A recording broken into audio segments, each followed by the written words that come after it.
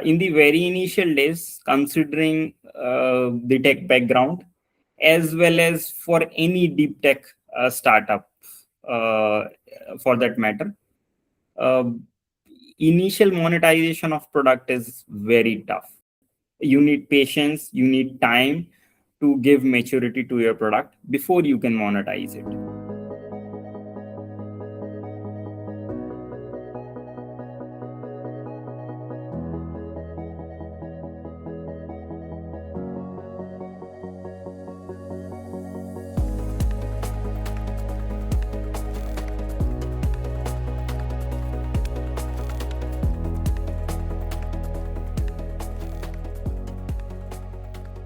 Welcome back to another episode of Founder Spotlight series on behalf of Tracxn, where we invite startup co-founders to share their journey, some sort of insights and advice to the youngsters who have startup dreams. Well, today with me is Mr. Rishi Rajpoot, who is the founder of Bidaal. Hi, Rishi. How are you doing today? Hi, Zubang. I'm good. What about you? Great. First of all, I welcome you on behalf of the Tracxn family. Thanks for making some time out of your busy schedule. My name is Supayan Dasgupta, and I'm heading the startup vertical over here. Now, my first question to you will be all around your background. You can just help us understand your background, the backstory behind starting Bidaal, and what is Bidaal all about? Sure. First of all, sincere appreciation from my side to consider me to share about Bidaal as well as share my part of the story. So I'll start with my introduction. I'm Rishi Rajpoot. I'm co-founder and CEO at Bidaal. I did my bachelor's from IIT Kharagpur. After passing out, I worked at Vedanta Group, where I was primarily responsible for the automation and digitization efforts across their mines and smelting facilities. And I was closely working with Mr. Anil Agrawal, because we were heading towards a major growth expansion plans. And then after that stint, I worked for a short period with a startup called Rupeek. They are into gold loan business. And then I started Bidaal. But the story or genesis of Bidaal goes back to my college days. Considering my academic background, I did my graduation in mining engineering, which is core industry. And my passion was primarily into product development right from very first semester. I was not interested into the core industry, but rather on the IT or software side of it. At one moment, I was having a conversation with one of my professor. And during that conversation itself, he said, why don't you try to solve some real life problems utilizing your academic background and the passion that you carry for the technology? So I'll say the motivation at that point of time was purely limited to a semester project, not to start something on my own. And then I started exploring mining and metal industry across West Bengal, Jharkhand, Odisha, Chhattisgarh region. It is a naturally rich belt in terms of resources, right?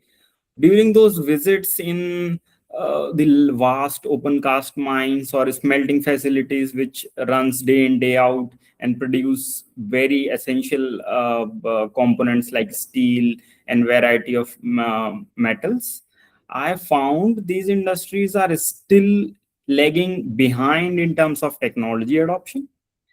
They have a lot of manpower to be monitored. They have a lot many machineries which are running without any synchronization. And they still rely on manual mode of inspection. Like if whether every single machinery is following the guidelines or SOP or not, whether every single worker is following the de-risking approach while working in the hazardous environment or not, they have to rely on manual approach of inspection, or at max they can have lot many sensors, cameras, and the data sits passively. If something happens, then only that data is analyzed or identified for the root cause analysis purposes. And at the end of the day, for any decision making or action part, it was a human being, some supervisor, manager, or plant head who was responsible to consume this data and take actions accordingly. So that is how I understood there is a need, there is a conviction in the market. And then when I was, I hadn't just specifically considered one problem statement and then started solving it, developed a prototype, working prototype, and I was presenting that in a conference in my final year. That is when I got a gentleman from Tata Steel, and he said, if you could convert it into a rugged product, I will give you the opportunity to implement across Tata Steel. Even when I was not having my startup, I got my first client. So yeah, then COVID hit. We invested heavily in R&D, as well as my experience at Vedanta helped me a lot to understand the market well. And then I quit my job at Vedanta and started working at Bidaal full time. So that is how we started. Yeah. Very interesting to know this. Tell me this, for the next 12 months down the line, anything specific that you are very much excited about? Yes. Yes. So till now, like we have been serving, and we have our primary focus on mining and metal industry, because that is one such industry which comes with the harshest of the harsh environment at the workplace. Like as compared to, you can consider retail, warehouses and all, they are pretty neat and clean workspaces, right? And we are serving to all major names like Adani Group companies, GSW Group companies, Tata Steel Group companies, etc. But uh, right now, at the pace at which AI is evolving and getting the upgrades quarter on quarter, we are heavily focusing on to implement this AI in the real world scenarios, into the shop floors where it matters to save someone's life, where it matters to contribute towards the GDP, where everyone is ramping to the fullest capacity to operate their plant. So implementing AI in the physical environment, considering the dust, vibration, temperature, and so many environmental factors, which ultimately diminishes the performance of AI. So that is where we are focused, because as soon as you bring out the model out of the research lab, the outside factors are always harsh. And obviously, we are increasing our footprints out of India as well. So yeah, exciting time ahead for us. Wonderful, wonderful knowing this. So, since you spoke about AI, right, we would love to understand the core utilization of AI so far in your operational stuff. How are you utilizing AI for your operational part, basically? Yeah, so like very relevant question for us, because we provide AI for the heavy industries, and there is some part of our operations which is also being done by AI, because considering startup environment where the team structure, the requirement of the company, the variation of tasks or which are introduced in each quarter, uh, we always need, any startup always need a very dynamic team, right? And what has been done, already established, if it's a replicated process, we always want to automate it. So that is where AI comes into picture. We have a lot many things related to documentation, lot many things related to the client uh, training, where on the product demonstration and training part, and specifically organizing the information within the Bidal. So that is where we are heavily relying on artificial intelligence. Got it. When you started your journey 4 or 5 years back, during those initial days, do you remember any specific challenge which hit you the most? And you probably found it very, very difficult to sort things out that point of time. Would you like to share any one single challenge which was the hardest, I would say? Yeah. So in the very initial days, considering the tech background, as well as for any deep tech startup, uh, for that matter, uh, initial monetization of product is very tough because patient you need patience, you need time to give maturity to your product before you can monetize it. So in the very initial years, uh, creating some business out of what we have developed was something where we tried so many things, scrapped our own version of a product before making any money. And when you develop something, and this is common across the founders, when you develop something, you get attached to your product, right? So detaching yourself from the product and technology, and then attaching or connecting yourself with the real world prospects or clients, and then going back to the R&D cycle, that was the major thing, uh, which we iterated internally. Understood. Understood. At this moment of time, what are your top two, three priorities? Are you, for example, are you at the moment looking for raising funds for yourself by any chance? Yes, so we are gearing up for our next fundraise. Okay, got it. So since you are getting ready for the next journey in your startup ecosystem, which is fundraising, as a founder, I in general ask this question to most of the other startups as well. The why, when, and where to start thinking about fundraising, right? How Yeah. do we analyze these three aspects, the why, when, and where to start? What do you feel about these three aspects? Yes. So yeah, I'll start with obviously why, because that is the primary question which should come into any founder's mind. So let's say once you have some idea, okay, and then second thing, you started working on it.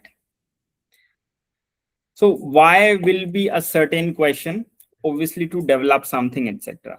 But when will decide why you need the money, right? Right. So in the deep tech environment specifically, until unless you have a working, proven product, I think this is the ideal stage where you should start seeking money so that you can start implementing the product. That means at least you should have MVP or TRL beyond 8, the readiness level beyond 8.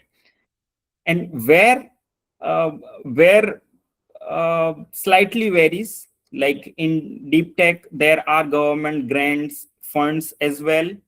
uh, if you are sector specific, there are few sector specific grants and government funds and schemes which can help you in the initial product development stage itself, in the commercialization stage as well.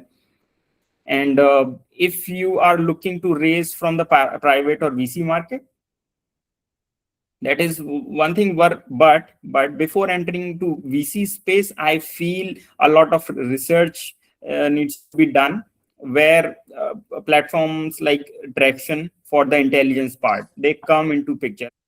Got it. Got it. In your industry, let's talk about deep tech. Uh, I'm sure you have done some sort of sector research yourself before entering this market, right? Mhm. What do you feel about the existence of competition in your market? How do you see that? Yes, good. So considering this page, so there are two angles in which I see the competition, or anyone for that matter.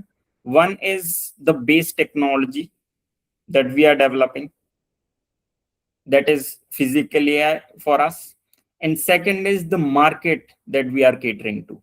Okay. From tech stack point of view, it appears there are so many players who are utilizing similar technologies. But when we apply the filter of market, right? So what happens, considering the market, uh, there are so many things which makes us as a different player in the same segment, because there are players who are catering to very neat and clean spaces, warehouses, retail, manufacturing lines, etc. There are players who are specialized into oil and gas segment, for that matter. There are players who are specialized into airports, ports, sort of environment, wherein we are specially focused on mining, metal, and infrastructure space. And in our space, there are incumbents like who were solving these few problems for these industries since ages, and they are also trying to develop some physical AI layer over and above of the existing offerings. So that is how I see competition in the sector where we are involved. Got it, got it. How about scaling a plan in terms of manpower? Maybe 2 years down the line, what do you feel will be the overall strength of your company? Yeah. So currently we are operating at a team size of 35 plus members full time. In next 2 years, specifically, we are planning to touch 100 plus in the team size. Right now, we have already started, as I mentioned, like we are planning to set up in the new geographies outside India. So we have started including members outside India as well. And within India, we need, right now, we are focused a lot on the R&D side. So out of the overall composition, 50% comes from the R&D team. And then as we are into the enterprise segment, so land and expand becomes the basic philosophy for us to scale our business.